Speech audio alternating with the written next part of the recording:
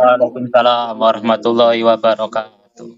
Alhamdulillahirabbil alamin. Terima kasih Pak Adi atas pemaparan materinya pada pertemuan kali ini. Bahas surat Al-Baqarah ayat 188. Ya.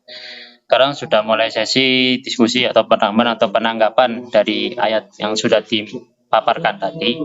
Pertama, saya dulu ya untuk menanggapi ayat itu. Nah, di situ kan membahas Al-Baqarah ayat 88.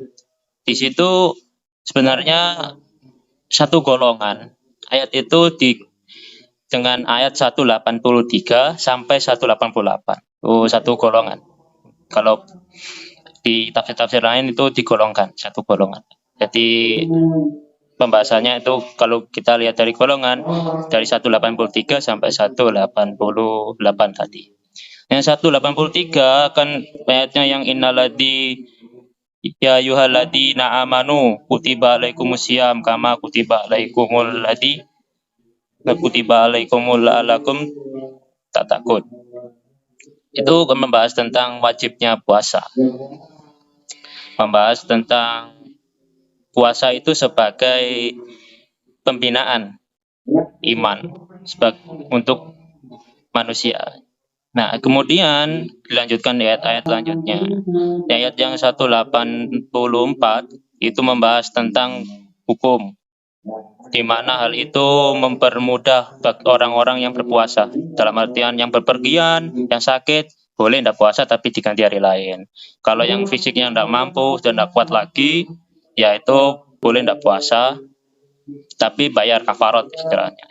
Bayar memberi makan orang-orang miskin satu hari. Lalu dilanjutkan ayat 185 itu waktu wajib puasa, maksudnya bulan puasa itu bulan Ramadan. Kemudian lanjutkan 186 itu membahas tentang kalau orang-orang bertanya tentang Allah, yaitu maksudnya Allah dengan ajarannya, itu jawab saja. Bagaimana membahas penjabarannya, yaitu Rasulullah jawab saja begini. Bahwasanya Allah itu mudah, dalam artian ketika bahas tentang ajaran Allah mudah dimengerti dan bisa mudah untuk jadikan sebuah itu tadi keteguhan di dalam hati. Rotil Quran yaitu sebagai pembinaan pandangan dan sikap hidup, lalu sholat sebagai satu binaan kehidupan, lalu kemudian saum sebagai satu binaan keimanan, ketabahan keimanan, dan lain sebagainya. Lalu 187 itu bolehnya berkumpul dengan istri. Dalam artian puasa itu boleh berkumpul dengan istri kalau sudah selesai waktu puasa, ya malam hari ya tentunya, tidak siang hari ya, siang hari tidak boleh tetap. Atau saat-saat kalau yang tidak boleh itu saat kamu iktikaf di masjid itu tidak boleh. Nah itu bahasnya. Kemudian 188. Nah 188 ini berhubungan dengan ayat sebelumnya sebenarnya. 188 ini itu pada dasarnya itu membicarakan tentang eksploitasi manusia kepada manusia yang lain. Jangan kamu mengeksploitasi kehendakmu atau keinginanmu kepada hak orang lain, atau mengambil hak orang lain secara paksa, atau dalam artian suap menyuap, atau malah mengambil hakim untuk jadikan penegakmu atau untuk jadikan pendukungmu, sehingga orang lain itu jadi kerdil dan jadi terzolimi. Dalam artian ya kalah dalam sidang. Jangan gitu, itu hal-hal yang batil, tidak boleh kayak gitu. Dan itu dilarang sama Allah. Dan kemudian penggunaan sistem riba dan sebagainya, nanti riba bisa dibahas di diskusi yang terakhir nanti. Itu gimana sih riba itu sebenarnya sekarang ini sistemnya riba itu apakah ya riba atau gimana riba itu? Nanti bisa didiskusikan. Nah, di sini di ayat 188 kenapa ada larangan di situ? Wala ada larangan. Pertama, bagi orang lain itu jelas, meskipun orang itu belum tahu ayatnya aja, ketika sudah ada kezoliman dan ketidakadilan dalam artian mengambil hak orang lain, itu sudah jadi kejahatan, jadi kebrutalan dan mental merusak. Nah, di sini larangan orang mempunyai mental merusak karena apa? Sebabnya pertama, pada orang yang zolimi tadi. Jelas orang itu ya tidak terima. Jelas akan balas dendam. Dalam artian apa?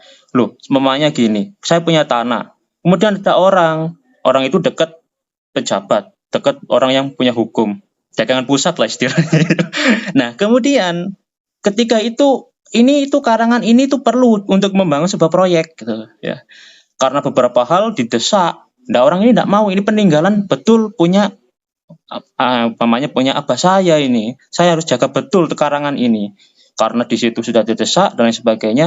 Karena tidak bisa, kemudian orang yang dagangan pusat menggunakan kewenangannya, menggunakan kekuasaannya, dan menggunakan hakim yang disuapnya itu. Sehingga dalam keadilan, di keadilan sebuah sidang, kalah orang itu. Nah, dizolimnya orang itu loh, itu kan mental rusak itu. Ya mental rusak model gitu itu yang dilarang.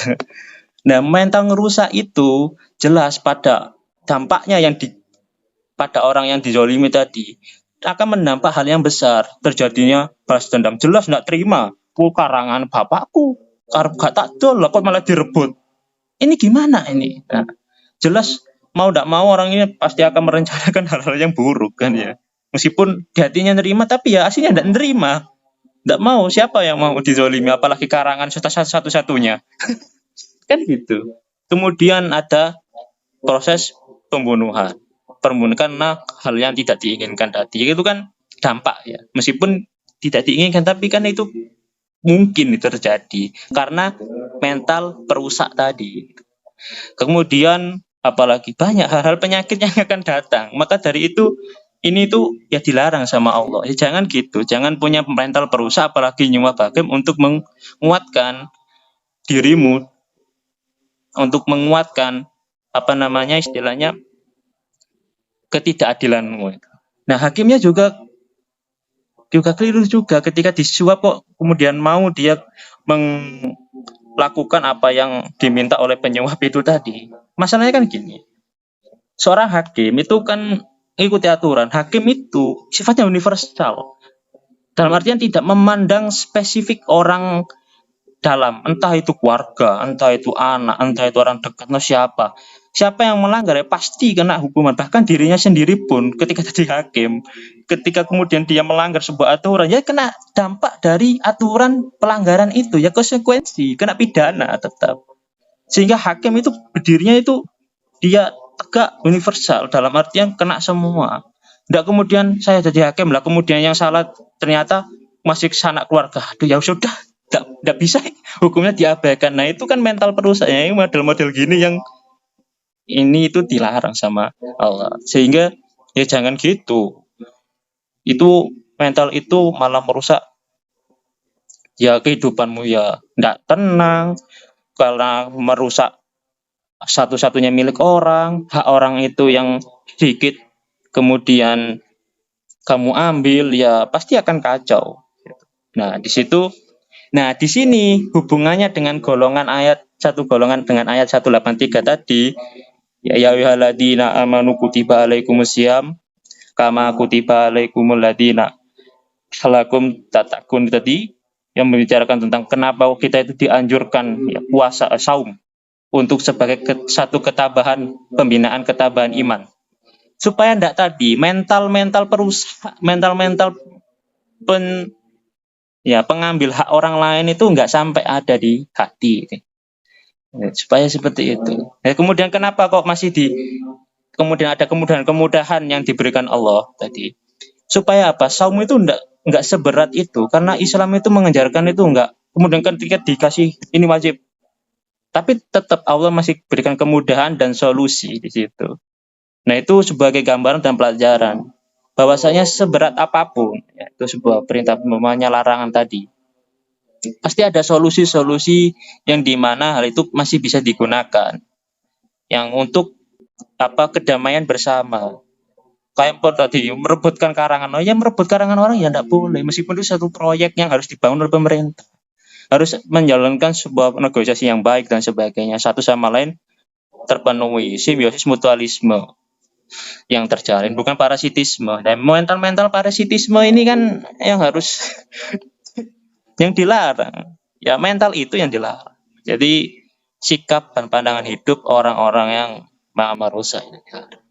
Nah, sistem riba nanti bisa dibahas di diskusi itu nanti gimana sih riba itu. Nah, kalau sampai dewasa ini kan banyak berdiskusi tentang bagaimana sih riba, bagaimana sih itu bisa kita diskusikan nanti.